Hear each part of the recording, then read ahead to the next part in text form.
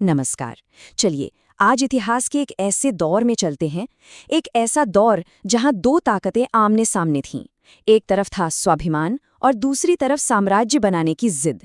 हम यहाँ मेवाड़ और मुगल संघर्ष के शुरुआती 40 सालों की कहानी को बहुत गहराई से समझने वाले हैं।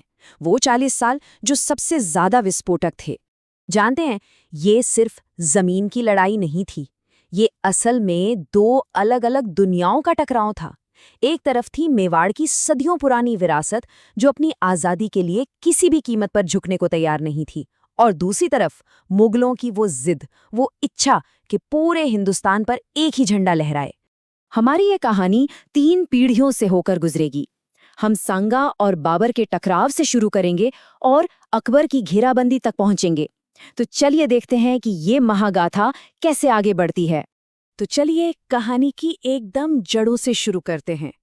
देखिए, एक तरफ था मेवाड़ जो अपने राजपूत गौरव और अपनी आज़ादी का प्रतीक था, और दूसरी तरफ एक नई ताकत मुगल जो पूरे भारत पर अपना परचम लहराना चाहते थे। यहीं से टकराव की जमीन तैयार हुई। इस कहानी के पहले दौर में दो बहुत बड़े किरदार थे। मेवाड़ की तरफ से महाराणा सांगा, जिन्होंने सारे राजपूतों को एक कर दिया था, और मुगलों की तरफ से बाबर, जो एक हमलावर था और अपने साथ बेहतर सैन्य तकनीक लेकर आया था। इन दोनों का आमने सामने आना भारत का भविष्य तय करने वाला था। तो अब सीधे चलते हैं युद्ध के मैदान में। यहीं पर पहली बार तलवारें टकराईं, और इन्हीं शुरुआती लड़ाइयों ने आने वाली कई पीढ़ियों के लिए इस दुश्मनी की नींव रख दी। पहली भिड़ंत हुई बयाना में। तारीख थी 16 फरवरी 1527। महाराणा सांगा की राजपूत सेना ने बाबर की आगे बढ़ रही टुकड़ी को सिर्फ रोका ही नहीं, बल्कि बुरी तरह खदेड़ दिया।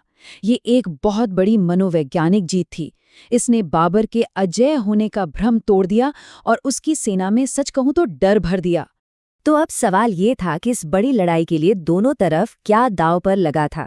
देखिए, सांगा ने तो पाती पैरवन का इस्तेमाल किया, जो राजपूतों की एक सदियों पुरानी परंपरा है। एक बुलावा जिसके तहत सारे राजपूत राजा एक दुश्मन के खिलाफ एक झंडे के नीचे आ गए। दूसरी तरफ था बाबर। बयाना में हार के बाद उसकी सेना का मनोबल एकदम टूट चुका था। तो उसने क्या किया? उसने इस लड़ाई को जिहाद का नाम दिया, एक धार्मिक जंग। और तो और उसने अपनी सेना का हौसला बढ़ाने के लिए तमगा नाम का टैक्स भी हटा दिया। मतलब हर कोई अपनी पूरी ताकत झोंक रहा था। अच्छा, लड़ाई कैसे हुई ये जानने से पहले बाबर की एक खास रणनीति को समझना जरूरी है। तुलुगमा, ये एक उज़्बेक युद्ध नीति थी। इसमें सेना को 2 हिस्सों में बांट दिया जाता था, जो किनारों से घूमकर दुश्मन की सेना पर पीछे से हमला करते थे, एक तरह का घेरा। तो खानवा के मैदान में कुछ ऐसा हुआ। राजपूतों ने अपनी पारंपरिक बहादुरी के साथ सीधा हमला किया पूरी ताकत से, लेकिन बाबर ने एक जाल बिछा रखा था। उसने अपनी तोपों को बीच में छिपाया हुआ था। जैसे ही राजपूत सेना आगे बढ़ी, बाबर के घुड़सवारों ने तुलुगमा का इस्तेमाल करके उन्हें दोनों तरफ से घेर लिया। अब राजपूत सैनिक बीच में फंस गए थे, और ठीक इसी वक्त मुगल तोपों ने उन पर गोले बरसाना शुरू कर दिया। लड़ाई अपने चरम पर थी। राजपूत सेना पूरे जोर से लड़ रही थी कि तभी एक तीर महाराणा सांगा को लगा और वो बुरी तरह घायल हो गए। उन्हें तुरंत युद्ध के मैदान से सुरक्षित बाहर ले जाया गया। लेकिन उनके हटते ही राजपूत सेना में अफरा तफरी और भ्रम की स्थिति पैदा हो गई। खानवा की हार ये सिर्फ एक लड़ाई का अंत नहीं था, ये एक पूरे युग का अंत था। इस जीत ने भारत में मुगल साम्राज्य की नींव को चट्टान की तरह मजबूत कर दिया। राजपूतों का वो महान गठबंधन जो सांगा ने बनाया था, वो पूरी तरह बिखर गया। और जब कुछ समय बाद सांगा की मृत्यु हुई, तो राजपूत एकता का वो सपना भी उन्हीं के साथ चला गया। सांगा के बाद मेवाड़ में खालीपन सा आ गया था, और यहीं से कहानी अगली पीढ़ी तक पहुंचती है। ये दौर मेवाड़ की अंदरूनी कमजोरी और मुगलों के साथ एक बहुत बड़ी कूटनीतिक नाकामी का दौर था। महाराणा सांगा की मृत्यु के बाद मेवाड़ में राजनीतिक हालात बहुत अस्थिर थे। उनके बेटे महाराणा विक्रमादित्य के राज में राज्य अंदरूनी झगड़ों से जूझ रहा था। ऐसे में राजमाता कर्मावती यानी सांगा की विधवा ही असल में राजकाज संभाल रही थी। इसी कमजोरी का फायदा उठाया गुजरात के सुल्तान बहादुर शाह ने, और उसने चित्तौड़ पर हमला कर दिया। इसी मुश्किल घड़ी में राजमाता कर्मावती ने एक ऐसा कूटनीतिक कदम उठाया जिसके बारे में आज भी बात होती है। और एक बड़ा सवाल खड़ा हुआ, क्या मदद समय पर आएगी? ये समय रेखा एक बहुत ही दुखद कहानी बताती है। रानी कर्मावती ने हुमायूं को राखी भेजकर भाई का वास्ता दिया और मदद मांगी। हुमायूं अपनी सेना लेकर मालवा तक आ भी गया, जो चित्तौड़ से ज्यादा दूर नहीं था। लेकिन वहां आकर वो रुक गया। राजनीतिक और धार्मिक सलाह के चक्कर में उसने एक मुस्लिम शासक के खिलाफ एक हिंदू रानी की मदद करने में हिचकिचाहट दिखाई, और उसकी यही देरी चित्तौड़ के लिए जानलेवा साबित हुई। हुमायूं के ना आने का मतलब साफ था, चित्तौड़ के लिए अब कोई उम्मीद नहीं बची थी। और तब इतिहास ने एक बार फिर खुद को दोहराया। राजपूतों ने साका किया, वो अंतिम बलिदान जिसमें पुरुष केसरिया पहनकर मरते दम तक लड़ते हैं और महिलाएं जौहर की आग में खुद को समर्पित कर देती हैं।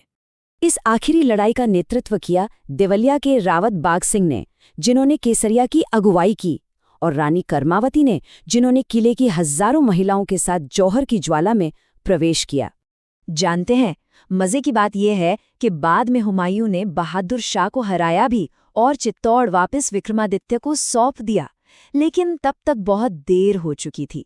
उसकी उस एक हिचकिचाहट ने मेवाड़ और मुगलों के बीच एक अच्छे रिश्ते की हर संभावना को हमेशा के लिए खत्म कर दिया। वो एक ऐसा मौका था जो हाथ से निकल गया। अब हम आते हैं इस कहानी के तीसरे और शायद सबसे मशहूर अध्याय पर। अब मुगल सिंहासन पर एक नया बादशाह है, अकबर। और वो सिर्फ एक बादशाह नहीं है, वो एक सोची समझी नीति के साथ आया है, पूरे राजपूताना को अपने नियंत्रण में लाना। अकबर के चित्तौड़ पर हमले के पीछे कई ठोस वजहें थीं। पहली, मेवाड़ की आज़ादी अकबर के पूरे भारत को एक साम्राज्य बनाने के सपने में एक कांटे की तरह चुभ रही थी। दूसरी वजह, महाराणा उदय सिंह ने अकबर के दुश्मनों को पनाह दी थी। और शायद सबसे बड़ी वजह, मेवाड़ वो अकेला बड़ा राजपूत राज्य था जिसने मुगलों के सामने सिर झुकाने से साफ इनकार कर दिया था। जब अकबर की विशाल सेना ने चित्तौड़ की तरफ बढ़ना शुरू किया तो एक बड़ा रणनीतिक फैसला लिया गया।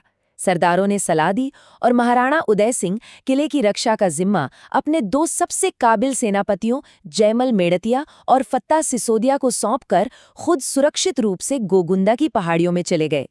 इस घेराबंदी में अकबर कितना गंभीर था, इसका अंदाजा उसकी एक खास रणनीति से लगता है।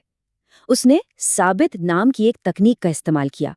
ये सोचिए, एक तरह की ढकी हुई सुरंग थी जो मुगल सैनिकों को किले की दीवारों तक सुरक्षित पहुंचाती थी, ताकि वो दीवारों के नीचे बारूदी सुरंगें बिछा सकें। और अब हम पहुंचते हैं इस घेराबंदी के सबसे दर्दनाक मोड़ पर। फरवरी 1568 की वो घटनाएं जिन्हें इतिहास आज भी चित्तौड़ के तीसरे साका के रूप में याद करता है। घेराबंदी कई महीनों तक चली। राजपूतों ने बहुत बहादुरी दिखाई, लेकिन एक रात एक निर्णायक मोड़ आया। जब सेनापति जयमल खुद किले की टूटी दीवारों की मरम्मत करवा रहे थे, तब अकबर ने अपनी संग्राम नाम की बंदूक से खुद निशाना साधा और गोली सीधी जयमल को जा लगी। जयमल के घायल होते ही राजपूतों ने समझ लिया कि अब आखिरी बलिदान का समय आ गया है। इस आखिरी लड़ाई के नायक आज भी कहानियों में जिंदा हैं। कल्लाजी राठौड़, जिन्होंने घायल जयमल को अपने कंधों पर बिठाकर ऐसे युद्ध किया मानो उनके 4 हाथ हों। खुद जयमल और फत्ता, जिन्होंने आखिरी हमले का नेतृत्व किया, और फत्ता की पत्नी फूल कंवर, जिन्होंने जौहर की अगुवाई की। 25 फरवरी 1568 चित्तौड़ का किला मुगलों के कब्जे में आ गया। लेकिन जीत के बाद जो हुआ वो अकबर के नाम पर हमेशा के लिए एक काला धब्बा बन गया। उसने हुक्म दिया किले के अंदर मौजूद 30,000, जी हाँ 30,000 बेगुनाह लोगों के कत्लेआम का। और यहाँ इतिहास का एक अजीब विरोधाभास देखने को मिलता है। इस क्रूरता के बावजूद अकबर अपने इन 2 दुश्मनों की बहादुरी से इतना प्रभावित हुआ कि उसने उन्हें अमर करने का फैसला किया। उसने जयमल और फत्ता की हाथी पर सवार मूर्तियां बनवाईं और उन्हें आगरा के किले के मुख्य दरवाजे पर लगवाया। तो आखिर में हम इस संघर्ष की विरासत पर बात करते हैं। मेवाड़ ने अपनी आज़ादी के लिए जो लड़ाई लड़ी, उसकी कीमत क्या थी और उसकी विरासत क्या बनी? तो इन पहले 40 सालों को अगर हम सार में देखें तो 3 बड़े मोड़ थे। सांगा की हार से मुगलों का दबदबा कायम हुआ, हुमायूं की हिचकिचाहट ने एक गठबंधन का मौका हमेशा के लिए छीन लिया, और अकबर के हाथों चित्तौड़ जरूर गिरा, लेकिन मेवाड़ का प्रतिरोध खत्म नहीं हुआ, वो बस एक नए दौर में दाखिल हो गया। और हम अपनी बात इसी एक सवाल के साथ खत्म करते हैं। सोचिए, जब किसी समाज के पास पीढ़ियों तक चले एक ऐसे भयंकर प्रतिरोध की विरासत हो, तो वो विरासत उस समाज की पहचान और उस राष्ट्र की कहानी को आने वाली सदियों तक कैसे बनाती और बदलती रहती है। ये एक ऐसा सवाल है जिसका जवाब इतिहास की किताबों से कहीं ज्यादा गहरा है।